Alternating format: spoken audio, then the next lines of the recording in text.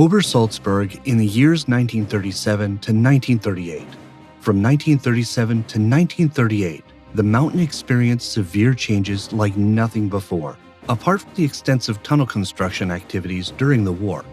At the same time, a wide variety of construction projects were being worked on under the greatest pressure. And all the threads of these construction sites ran together in Martin Bormann's hand. Between Bormann's model farm, the Gutshof, at an altitude of 3,000 feet, and the unique Kehlstein house at 5,500 feet, numerous construction sites were located in the immediate vicinity of Hitler's Berghof. This was undoubtedly a logistical challenge that Reichsleiter Bormann could hardly have met without a staff of ambitious and equally qualified employees as well as thousands of workers.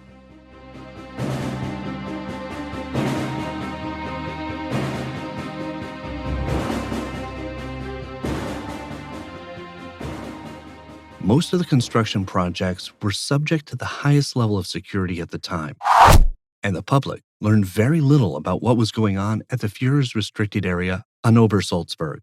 Almost all of the former construction engineers are no longer alive. Some found new jobs with large construction companies after the war, or went into business for themselves. Interviews are almost non-existent. This interview with the former administrative employee Ludwig Seiwald is of particular importance for two reasons. Firstly, because Ludwig Seiwald held a position that gave him far-reaching insights into the construction activities at Obersalzberg, and secondly, he was one of the few who worked on Obersalzberg again after the end of the war. In 1992, Obersalzberg historian Florian Bayal interviewed his grandfather Ludwig Seiwald. Seiwald was born in Salzburg in 1943 as the son of two innkeepers. He first attended a commercial school and then left Austria for Germany, where labor was needed at the time and where the political situation seemed promising. My grandfather was actually very important in my choice to research history because he knew the Obersalzberg from two different perspectives.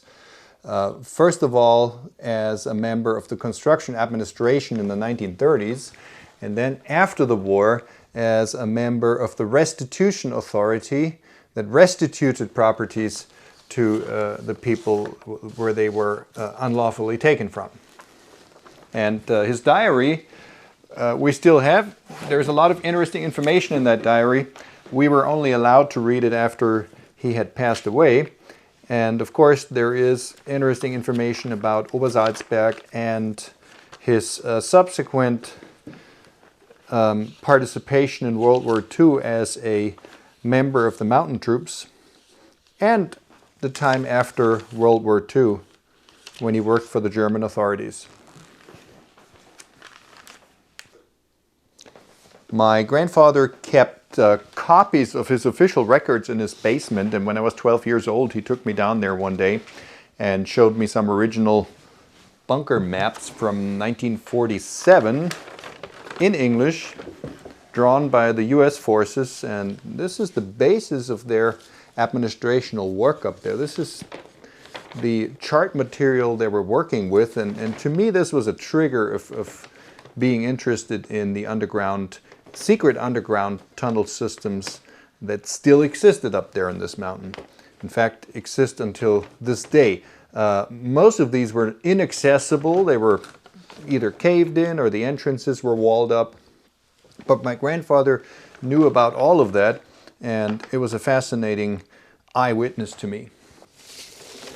All that was a long time ago, and Florian Bayal later studied history. Today, he is considered an expert when it comes to the history of Obersalzberg. Before we let Ludwig Seiwald tell us his story, we would like to briefly introduce the sponsor of this documentary, NordVPN. NordVPN's mission is to make the internet a better place than it is today.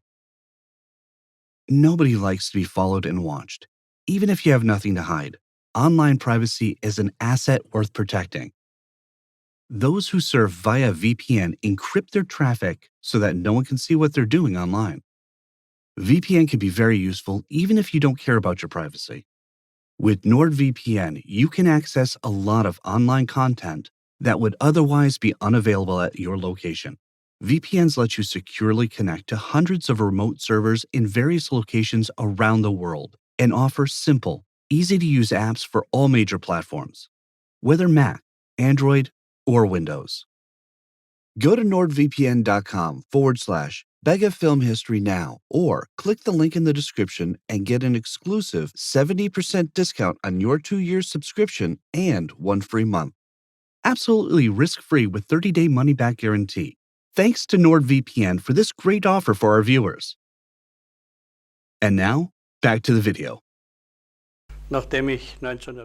After I had worked for the company, Sauger and Werner, in 1935 and was employed in the construction accounting department during the construction of the Alpenstrasse, I was able to improve my position in the course of time, changing to the company Polensky and Zellner. They offered me a higher salary. On November 29, 1936, Ludwig Seiwald writes this in his diary. From the Berchtesgaden Employment Office, I get a work assignment on the Obersalzberg.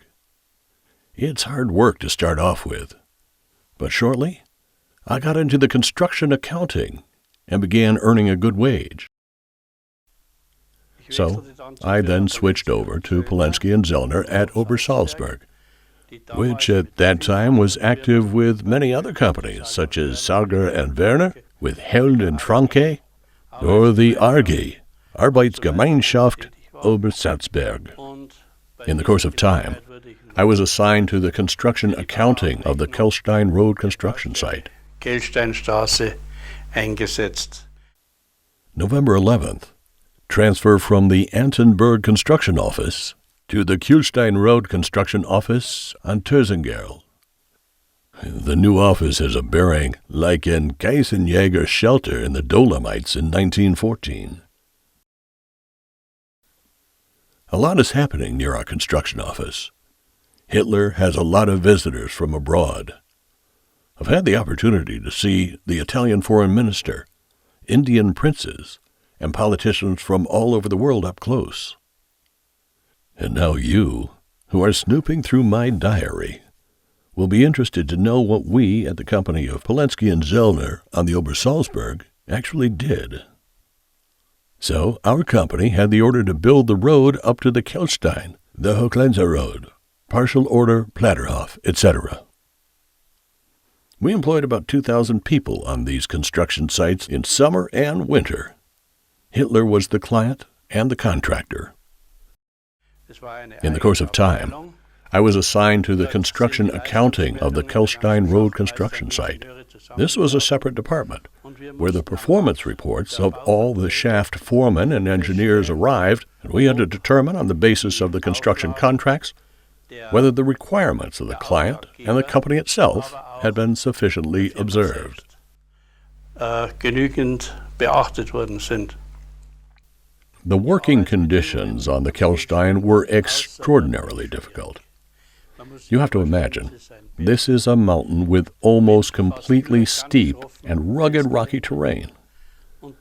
To build a road into it is an undertaking that is unparalleled in Europe. Das in Mitteleuropa fast einmalig ist. In this work, of course, it was also a prerequisite to have some knowledge of the construction site itself and to be able to take the difficulties and dangers into account. Die Gefahren und alles mit in Betracht zog, denn es war ja so. After all, especially with difficult tasks such as the dangerous construction of the retaining wall for the Kehlstein Road, we had to make sure that the insurance conditions were observed. Da mussten wir darauf achten, dass auch die Versicherungsbedingungen beachtet worden sind. We had to be on the construction site again and again, which gave us a good insight. Bei dieser Tätigkeit hatten wir natürlich auch viel. During this activity, of course, we had a lot of insight into the real construction work. I can only say that at the beginning, we all had the impression that building such a road through rugged, rocky terrain, where there had previously only been via ferrata, would be impossible. Das fanden wir für unmöglich. Es wurde aber trotzdem in Angriff genommen. But it was tackled anyway. The whole attitude at that time was, nothing is impossible. And so it was at Obersalzberg. So the Kehlstein road was then started. The hurdles in the construction were enormous. Above all, it was a big problem to get the right workers for such a strenuous and dangerous job. Zu kriegen für so eine strapaziöse Arbeit und vor allen Dingen für so gefährliche Tätigkeiten. Es ist nicht zu vergessen, dass dort auch Todesfälle gegeben. It should not be forgotten that there were also several deaths there. There was a large landslide in which several people died. Then 2 workers died during elevator shaft construction. A truck crashed once and the driver died. So it was absolutely not easy to work there or to find workers who wanted to carry out these activities.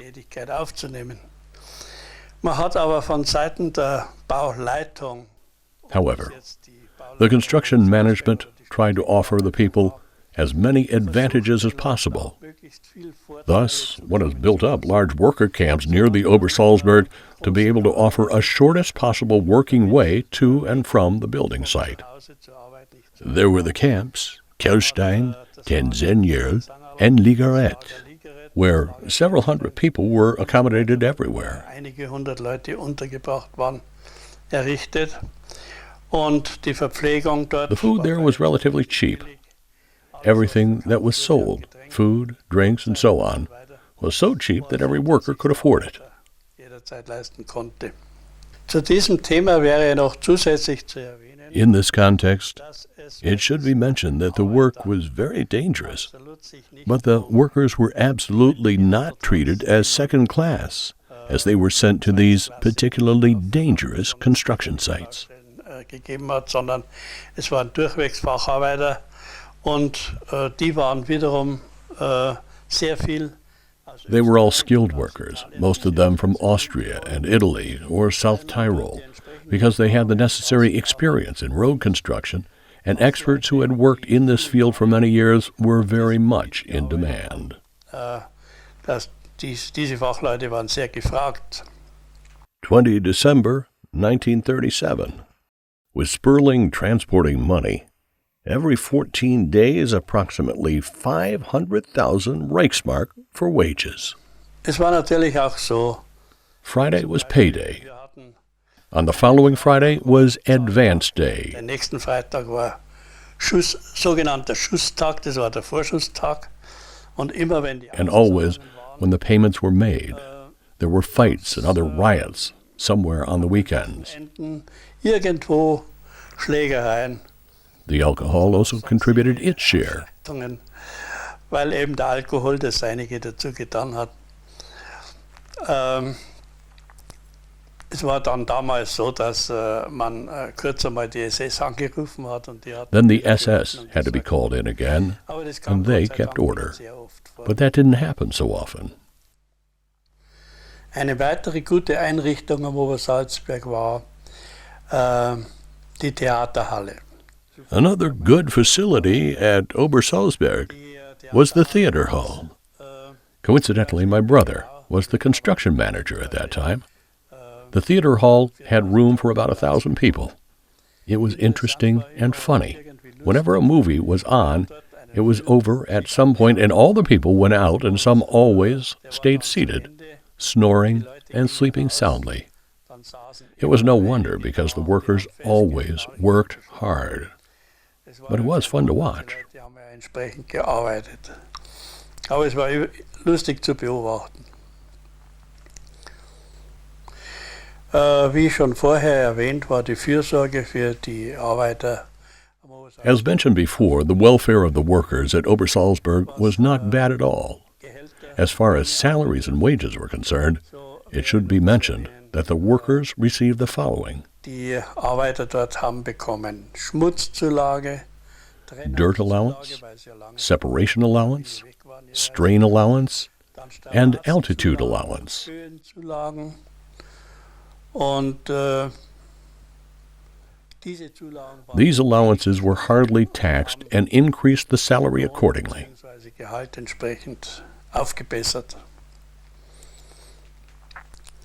Es waren dann auch Leute dabei, die so viel in der Kantine There were also people who left so much money in the canteens for alcohol that the families complained to the company whether we were paying them so little that the men could not send any money home. In these cases, we applied to the Berchtesgaden District Court to have some of the wages withheld and transferred by us directly to the families. This procedure was unfortunately necessary in some Und wir cases. selbst dann an die Familien, die das Geld überwiesen haben. Dieses Verfahren war in einigen Fällen notwendig. Zur Frage der Bauleitung. On the question of construction management, it should be mentioned that Martin Bormann, the Reichsleiter at that time, was quite feared at Obersalzberg, and especially by the construction companies. He was not a construction expert. He was a farmer. But he acted as if he understood everything better than all the graduate engineers and experts. Sonstigen Fachleute. Hat sich herum einen Stab aufgebaut mit alles Ingenieuren, Baudirektoren. He built up a staff of engineers and construction experts around him, whom he always kept on a short leash. If something didn't fit or didn't look right to him, everything was torn down and rebuilt, and woe to those involved if that didn't work. Gleich wieder neu errichten lassen. Und wehe, wenn das nicht funktioniert hat.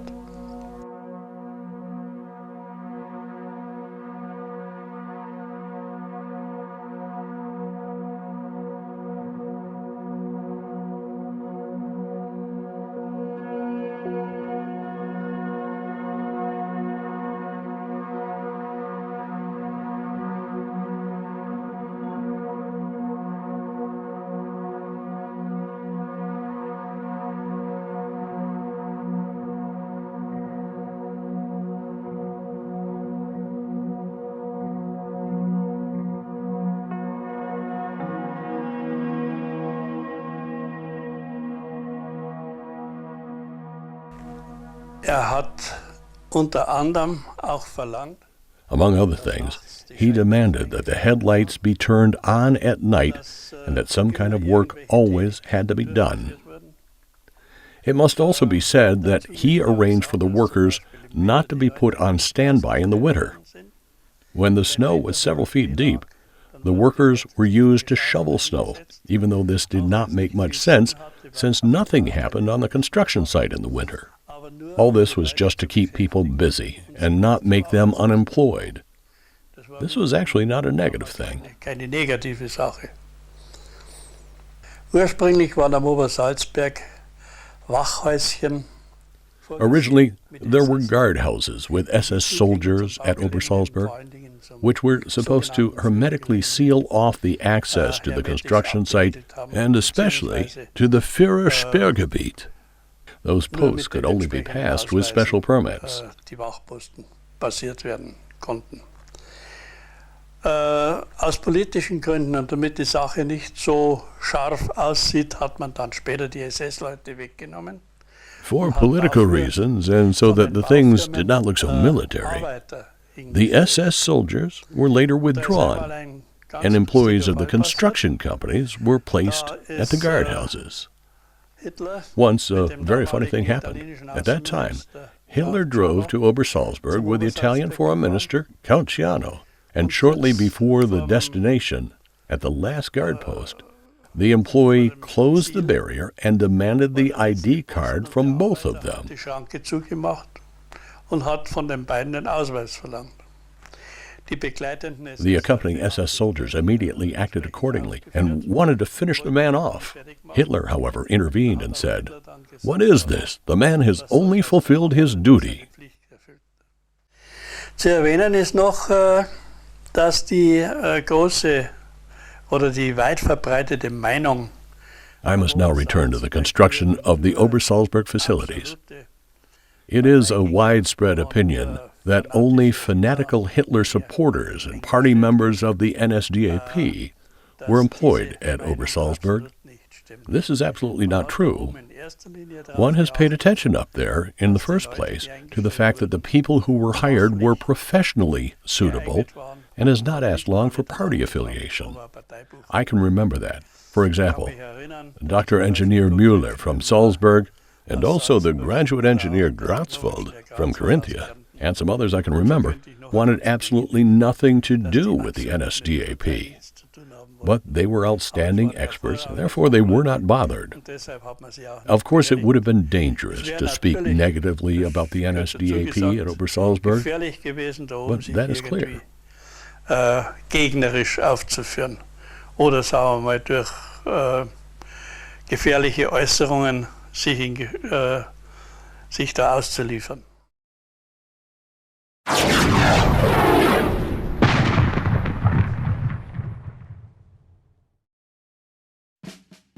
Diary entry from November 18, 1938. With a suitcase full of the most important commodities, I make my way from Puch over the Regensburg to Au, and then take the omnibus to Berchtesgaden. Just like the first day of school, I join the mountain troops. Seiwald was deployed in various fronts. After basic training in Berchtesgaden, he first fought in Poland, then France, Greece, Crete, Russia,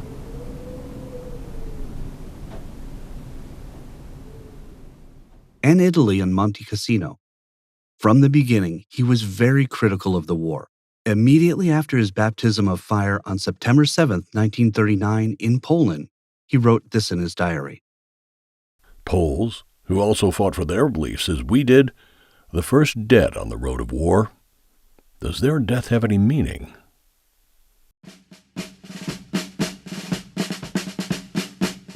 The offensive in the French campaign ended with a victory for the Germans and the armistice of Compiègne. Seiwald spent the winter of 1940 on leave from the front in Berchtesgaden. Later, in the spring of 1941, he was transferred to the front in Greece, eventually ending up in Crete, where he served as a member of the Mountain Infantry Regiment 100. He was later awarded the Crete Sleeve Ribbon. After another leave from the Greek front, Ludwig Seiwald was transferred to Russia and wrote in his diary,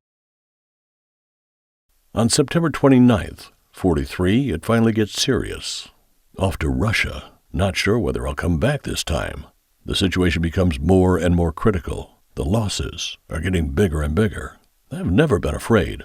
Only at the sense of the war and at the intelligence of our leadership, I have constant doubts.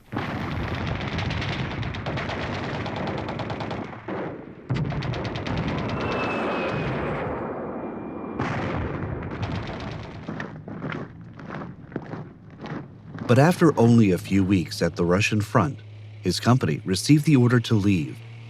No one knew where the journey goes.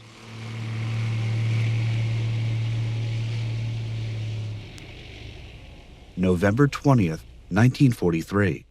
The pre-commando of the 212th Infantry Division arrives at our site. We are to be relieved and sent to another front section. Where to is unknown. December 19th, 1943. We certainly do not look forward to a nice Christmas this time. We relieved the regiment Hoch- und Deutschmeister, which had heavy losses in this combat section.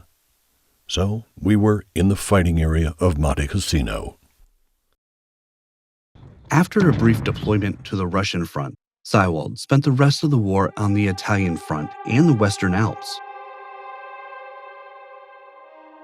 On April 16, 1945, our company was relieved at Little St. Bernard. We were ready to march out at about 12 o'clock. The last reports from the fronts were extraordinarily bad. Everyone knew how senseless any further bloodshed was. We were to be deployed in Turin. Arthur and I went to a small cafe in Aosta and discussed the situation over a bottle of Marsala. An hour later, we decided to simply not participate anymore and to leave and to go from here to Switzerland. It was the last and only option. He described this escape in great detail in his diary. In brief, the two headed north under cover of darkness and moonlight, intending to reach Switzerland via the St. Bernard Pass. At a farmhouse, the soldiers asked the farmer's wife for help and hired a local for 3,000 lire as a guide. Instead of crossing the border, the Italian led the two comrades directly to the partisans. The partisan leader from the St. Bernard area spoke German and took the weapons from the two mountain hunters. Typically, the story would end here, as the partisans usually made short trial with German prisoners. But they were lucky. The partisan leader was very sympathetic to them. After extensive interrogation, the three of them set off in the direction of the Swiss border. After spending the night in the partisan position, on April 21st, 1945, the three reached the saddle between the Great St. Bernhard and Monte Vlan. In front of them lay Switzerland. It was a wonderful moment, and I do not know what I felt more strongly, the freedom now won, or the great friendship and loyalty of our dear friend Therese from Borgia. We said goodbye, and he wished us good luck in broken German, and said that maybe we will meet again one day. They both experienced the end of the war in Switzerland, and in December 1945, Ludwig Seiwald returned to his homeland. Let us now let Ludwig Seiwald finish his story himself. Wie ich vom Krieg zurückgekommen bin, ich hatte 8 Jahre die Uniform an. When I came home from the war, I had the uniform on for 8 years. I have experienced the entire war on all fronts, including Crete and Monte Cassino. Mountain Infantry Regiment 100 Berchtesgaden says it all. So when I got home, I first had to be told what had happened at Obersalzberg. It was interesting because from all the surrounding areas, including Dernberg, Hellein, Ramsau, Marschellenberg, Berchtesgaden, and all the other communities, the farmers and the population of Obersalzberg, streamed in to loot and rob all the treasures that were there. I was very interested in the whole thing and found out that, for example, in one room, a very valuable pine wood paneling was cut out with axes and picks just to have heating material. Vertäfelungen kaputtgeschlagen, bloß Heizmaterial zu haben. Und andere Bauern, die haben die wertvollsten Teppiche aus der Other farmers have taken the most valuable rugs from the houses and cut them up so they were no longer worth anything. Others have taken all the alcoholic beverages, etc. A real robbery. It took a relatively long time until the whole thing settled down and a certain administration could be built up again from the official side over the area on the Obersalzberg. Über das Ganze aufgebaut werden konnte. Da war zunächst einmal unter Leitung von Herrn Dr. Kollmann die First of all, under the direction of Dr. Coleman, there was the so-called State Registration Society. This institution cataloged and administered a great deal of material, objects, and real estate, etc. Materialien, Gegenstände, Liegenschaften und so weiter katalogisiert und verwaltet, bis dann später vom bayerischen Staat.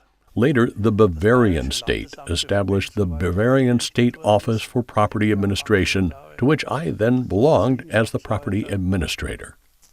From then on, everything could be recorded and managed much better.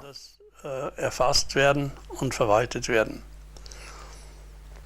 Von Seite der Besatzungsmächte der Amerikaner. The members of the American Occupation Force created the so-called Control Council Directive No. 50, the KRD-50. This divided all the properties into former Reich assets and former party assets of the NSDAP. What was party property was then awarded to the states, or more precisely, to the respective tax offices. For Obersalzberg, for example, This was the Berchtesgaden Internal Revenue Service. Reich assets were then taken over and administered by the Bavarian State Office for Property Administration, or later the Federal Property Office. Hat dann das Bayerische Landesamt für Vermögensverwaltung beziehungsweise später dann das Bundesvermögensamt übernommen und verwaltet.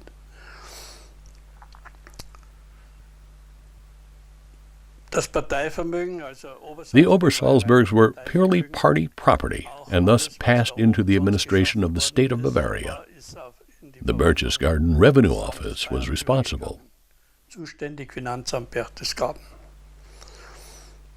Zu erwähnen wäre noch, dass die Amerikaner zum Beispiel die It should be mentioned that the Americans collected the most valuable paintings and art objects and transferred them to the so-called collection point in Munich.